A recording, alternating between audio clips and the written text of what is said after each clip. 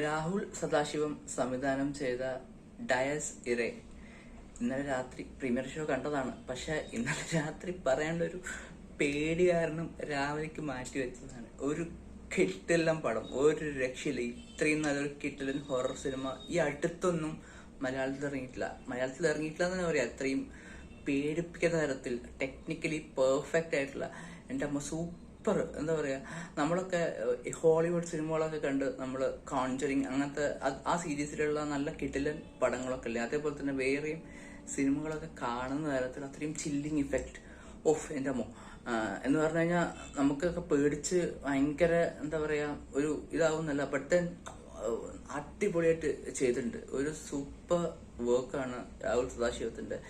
And എന്താ പറയാ, technically നേരത്തെ പറഞ്ഞ പോലെ ക്രിസ്റ്റോ സേവിയറിന്റെ മ്യൂസിക് ഭയങ്കര രസമുണ്ട്. പിന്നെ ഷെന ജലാൽ സിനിമാറ്റോഗ്രഫി എല്ലാം ഒരു പെർഫെക്റ്റ് പക്ക ഹൊറർ മൂവിയാണ് ഈ പറയുന്ന നമ്മുടെ ഡയസ് ഇറേ. പ്രണവ് മോഹൻലാലൊക്കെ ഒരു എന്താ പറയാ, പുള്ളി എനിക്ക് തോന്നുന്നു one of his best performances. അധികം സിനിമയും ചെയ്തിട്ടില്ല, എന്നാലും ചെയ്തതിൽ ഇത് കിടിലൻ ആണ്.